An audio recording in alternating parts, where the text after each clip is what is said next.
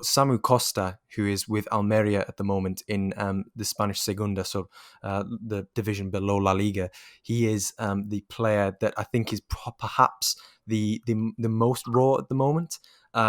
He's a 20-year-old number 6 on loan at Almeria from SC Braga in Portugal, and there's an option to buy there. But Almeria are sort of on the cusp of trying to be promoted from La Liga to behind Real Mallorca, who look like at the face of things, look like they'll probably take the title. But the thing that stuck out for me with Samú Costa was that he's a very jagged player. He's very deliberate with his movements, and for a player who's so young, playing at a reasonably high level, his physicality stands out on the pitch, which is always a good indicator of how ready and how adept a player is for men's football. Essentially, he's 20 years old. And is no stranger. He's not shy of putting himself about. He's intelligent in the way that he's very good at drawing fouls as well. Leans his body in to draw the decision from the referee, which, if nothing else, is actually quite smart. It relieves pressure on your team, can waste a bit of time. But as I was saying, he seems to be a bit rough around the edges. I feel like his passing could probably be improved. We were talking about sixes earlier who can play those long rangy passes, centre backs who can make those line breaking balls. I'd say with Samú Costa, that's not an area of his game that's quite developed yet. He's a very good player to have in a team who dominate possession, because he's very good at keeping the tempo. He's constantly on the move. It's almost like he's never sprinting because he's always there, ready to receive, ready to be that fulcrum type player, where you can bounce passes into and he'll bounce them back out to other players, and it just helps you. It's just another route to sort of progressing the ball.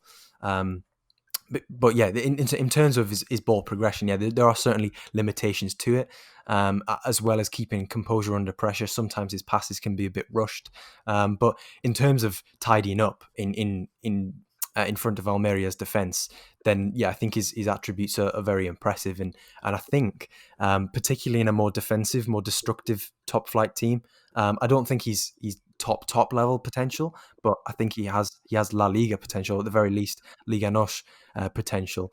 I think his defensive attributes in particular could certainly translate to that higher level. Lee, I don't know what you sort of gleaned from any insights that you saw from watching Samú Costa, if you managed to get round to that at all. I think this is a first for this podcast when we've been doing these, but you've caught me. This is a player that I wasn't aware of before you sent him over. Doesn't happen very often. I quite often find myself scrolling through Scout and then using data obviously to find interesting players, and Samú Costa hadn't ended up on my radar at all. So when you sent over your list, I went and watched his touches for 4 or 5 games, and I've kind of done a little bit of research, and I think what you're saying is really interesting, because for as much as we talked with Vitaly Janelt about his ability to break the lines as a 6 and how that can be important for a team, the truth with football is that not all number 6s are made the same. Not all number 6s are required to be the same player. You don't have to have a number 6 who's able to break the line. And I think that Samú Costa, to put it mildly, he's got a bit of a bastard about him. Yeah. He doesn't mind. I mean, you're absolutely right. He doesn't mind winning fouls. And if you remember the dominant Man City team, the 100-point season, there was so much criticism levelled from opposition supporters, especially at Fernandinho, because he had this habit of either giving away professional fouls when the opposition were in transition, or winning professional fouls when the opposition would just seem to make the lightest of contact. But the way he fell and gesticulated at the referee always seemed to be a free kick for Man City. I think Samú Costa's got a little bit of that about him. He's somebody who will wind up opposition players and fans. I think there's value in having a number 6 who is that support behind the ball and is that constant reference. It's similar to when Liverpool won the title last season. There was a lot of talk about Fabinho because Pep Linders, the Jurgen Klopp's assistant, came into the media and said that Fabinho is our lighthouse. That meant that he was the reference point for the team. He was a player who would always be positioned in supporting areas. He'd always be positioned centrally, and the rest of the team knew they could move around him. And Samú Costa has a little bit of that. he's not the same player. I'm not saying that he's Fabinho, and I'm not saying he's Fernandinho. These are just comparisons that I make because there are little things that remind me about the player. But for Samú Costa, I think that he is always there to be the receiver and then bounce the ball back out of pressure to move the impact and the focus and the angle of the attack from one side or one half space to the other half space. And that can be important for the team. I really like Braga in Portugal in terms of the way, again, we keep coming back to this, and we could probably do a whole podcast on teams that we find interesting in terms of their player development and youth development. And Braga's another one. They've got this ability to develop players who aren't just technically good, but they're mentally strong as well. They have that ability to take challenges, and Braga have got a reputation as the underdogs, obviously, in Portugal, behind Sporting and Porto and Benfica. So Braga players have to be a little bit more functional and a little bit more aggressive, and they have to be bastards sometimes. And I think that Samú Costa has that. I think Almeria in themselves are interesting because obviously last season, everybody, well, not everybody, but a lot of us were watching Almeria because they had Darwin Núñez, who obviously then made the move to Benfica. And I think that Samú Costa has been an interesting player. I think he's somebody who I have now got on shortlists and I've got on spreadsheets, and I'm going to be keeping an eye on. I think it's likely that Almeria will take up the option to buy if they get promoted.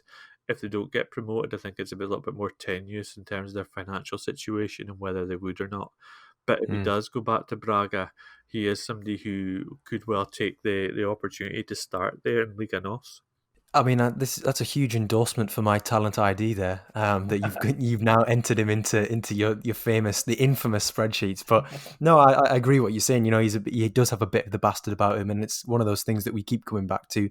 That sometimes you do need in young players. You need a bit of needle because otherwise you're gonna get eaten alive. And you know, he's very good aerially. You know, he's quite tall. He's 6'1", 6'2", and yeah, he's very developed. And what you were saying about sort of not all number sixes are made differently, are not made the same. You know, what I've described him as in my notes is that he's a smuggler. You know, there are many ways to progress the ball up the pitch. He smuggles it. You know, defenders, the midfielders, they funnel the passes into him, a 1-2 through Costa, and you know, you're 10 yards closer to the opponent's goal. It doesn't have to be a straight line breaking pass. It doesn't have to be a progressive carry. You know, it can just be sometimes you're just that touch point that your team can rely on, like the lighthouse as you were referencing. But yeah, I think he's certainly a player that I'm going to be a little bit invested in now. I think because he has a bit of that needle, Yeah. I'm probably a little bit more invested in him than any of the other players that we've mentioned, and that's probably why I've left him to last so I can wax lyrical the most. But yeah, say Almeria go up and exercise their option.